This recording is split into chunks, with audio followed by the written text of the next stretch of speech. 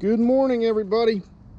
The skid steer is fixed. There's all the new welds there, and so give you guys an update on what happened with this after I took it over to the John Deere dealership, which here locally that's Flint Construction and Forestry.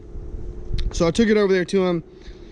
The service manager and the technician that oversaw the repairs just a few months ago are both no longer there.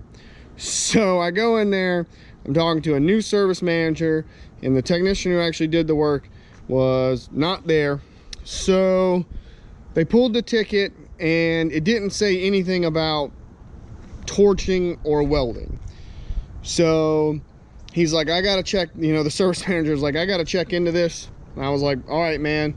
You know, I didn't have any pictures of the work that they did. I'd actually been by there and seen after they had torched these out. But I did have a video right after they did it. So I did have that. But I was like, all right, man, you know, just go do what you need to do. So I stopped back by the next morning and talked to the guy. And he's like, hey, you know, we tracked down the technician. He confirmed that he did this welding. And I'm going to tell you right now, he's not a welder. And I was like, well, no duh.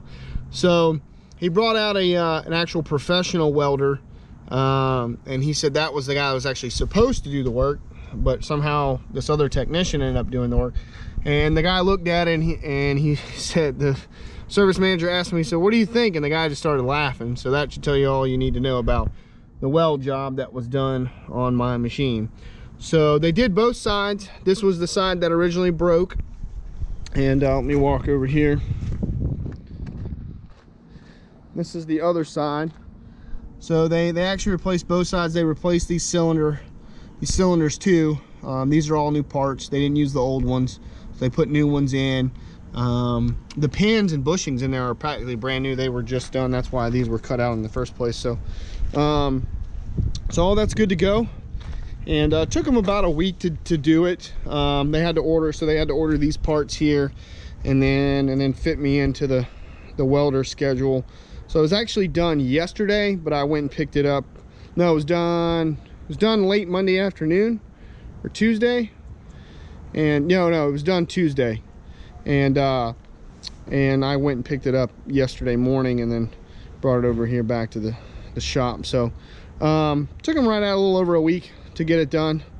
So but I was a little worried there for a minute that they weren't going to cover this, and I was about to flip my lid, you know, go back over there and be like, no. But yeah, it's all done, and the welds look good. I should have lowered this so you guys could see it, but you guys can see that in there. It's all. And as a matter of fact, there was another machine that had this same issue, another skid steer that had this same issue that was there. It was a 333E, and they had done the same thing to this. And the guy's like, hey, if you want to see this dude's welding, you know, here's a perfect example. And I looked and I said, that looks good to me. You know, I'm not an expert, but it looks a lot better than what I had. So yeah, so it's all fixed.